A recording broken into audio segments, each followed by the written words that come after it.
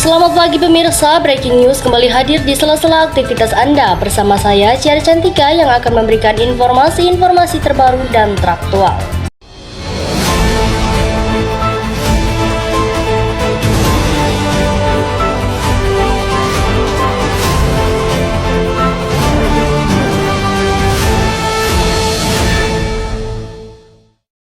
Pemirsa, pada tahun ajaran 2024 dan 2025, seluruh SMA di Indonesia telah menggunakan kurikulum Merdeka.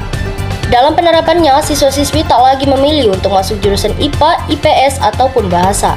Siswa-siswi leluasa memilih mata pelajarannya sesuai dengan penguasaan, minat, bakat, ataupun cita-cita. Kurikulum Merdeka sebenarnya sudah dikenalkan sejak tahun 2022 secara bertahap.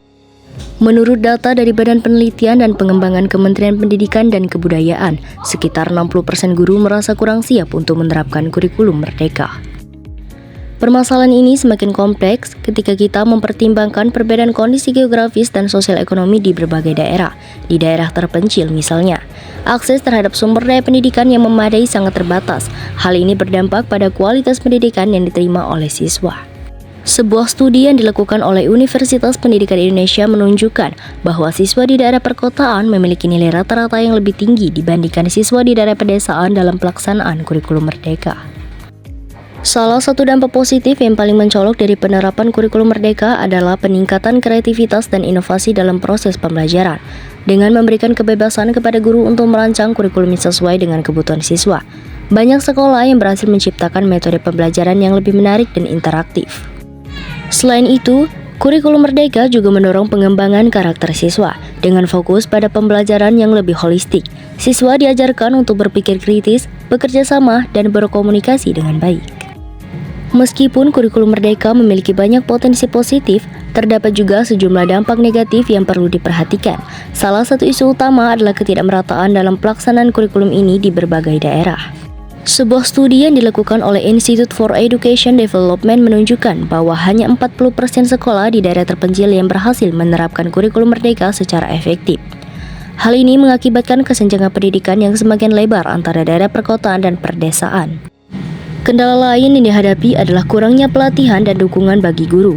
Banyak guru yang merasa tidak memiliki keterampilan cukup untuk menerapkan kurikulum Merdeka dengan baik.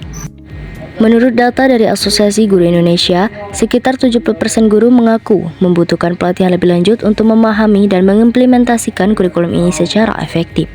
Tanpa dukungan yang memadai, kualitas pembelajaran di kelas dapat menurun, dan siswa mungkin tidak mendapatkan pengalaman belajar yang optimal.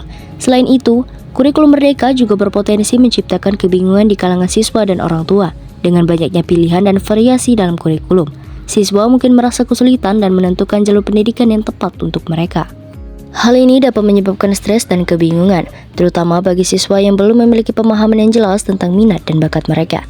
Sebuah survei menunjukkan bahwa 60% orang tua merasa khawatir mengenai keputusan pendidikan yang diambil oleh anak-anak mereka di bawah kurikulum Merdeka.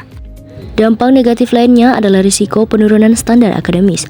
Dengan kebebasan yang lebih besar dalam memilih materi ajar, ada kemungkinan bahwa beberapa sekolah akan mengabaikan mata pelajaran inti yang penting untuk pengembangan akademis siswa. Dan pemirsa, informasi tadi sekaligus menutup perjumpaan kita di Breaking News hari ini. Saya Ciara Cantika mengucapkan terima kasih atas perhatian dan kebersamaan Anda. Terus saksikan Breaking News untuk mengetahui seputar info. Wassalamualaikum warahmatullahi wabarakatuh dan sampai jumpa.